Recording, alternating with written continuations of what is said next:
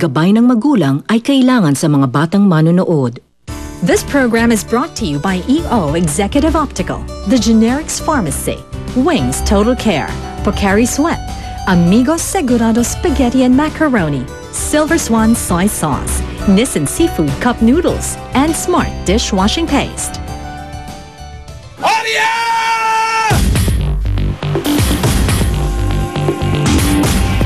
Ako po ang inyong kapuso, Jessica Soho. Ngayong gabi, kilala at premyadong film director na ang idinidirect ngayon mga mapanghamong eksena sa sarili niyang buhay, si Direk Marilu Diaz-Abaya. Maraming tao ang nagsasabi, direct fight, direct fight. But I have a different kind of fight. I don't really fight cancer. I befriended it eh.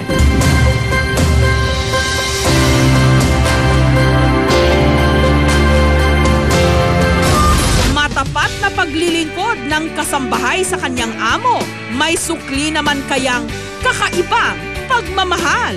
Kung sa katulong lang, hindi na wala makakawagawa ng ganon. Nanay carries half the sky for me. And my life has not been easy. Pati ako umiiyak eh.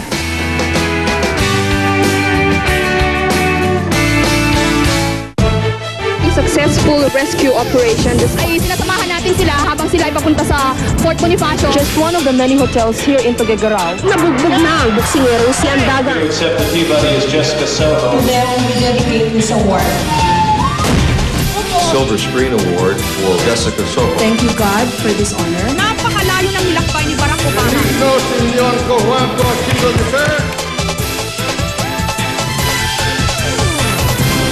Jose Rizal, Muro Ami, Moral. Ilan lamang ito sa mga classic na obra maestra ng kilala at premyadong direktor na si Marilu Diaz-Abaya na ang kasalukuyang idinidirect mga mapanghamong eksena sa sarili niyang buhay. Punitin ninyo inyong mga sedula at pagkaisa tayo sa himagsikan. Mabuhay ang Pilipinas!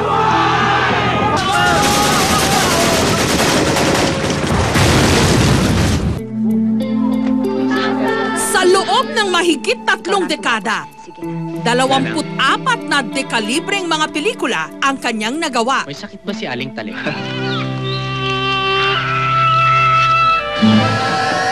Karamihan sa mga ito, nagmarka sa kasaysayan ng Philippine cinema at pinarangalan sa loob at labas ng bansa. I'm sorry. Cathy, kausapin kita sandali. Kasama na rito ang pelikulang Moral tungkol sa mga liberal na kababaihan noong dekada 80. Walang mag-aagahan hanggat walang nahuhuling isda. Orya!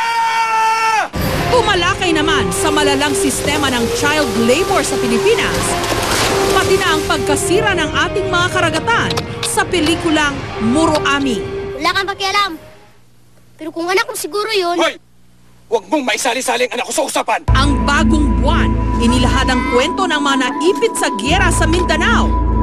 Bakit? Hindi ka ba Pilipino? Hindi. Isa akong Moro. Magkaiba yun.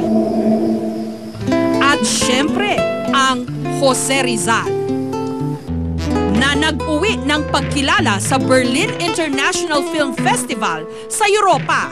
Consumatum est!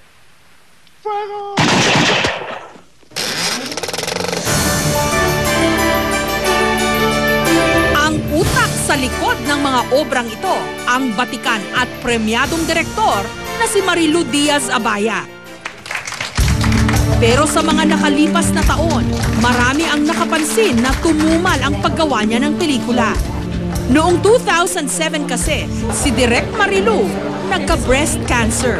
I don't find myself praying, God, cure me. If ever I say, heal me of cancer in body and soul. Ngunit nito lang nakaraang taon, natuklasang bumalik ang kanyang sakit at lumala pa ito. Nasa stage 4 na ngayon ang kanyang breast cancer. I was very frustrated at first, very angry. But at the end of the day, Mom is a very strong woman, very resilient woman. And then after a while, because of the way my mom is, I finally accepted that it's part of her life because cancer never really leaves once you have it.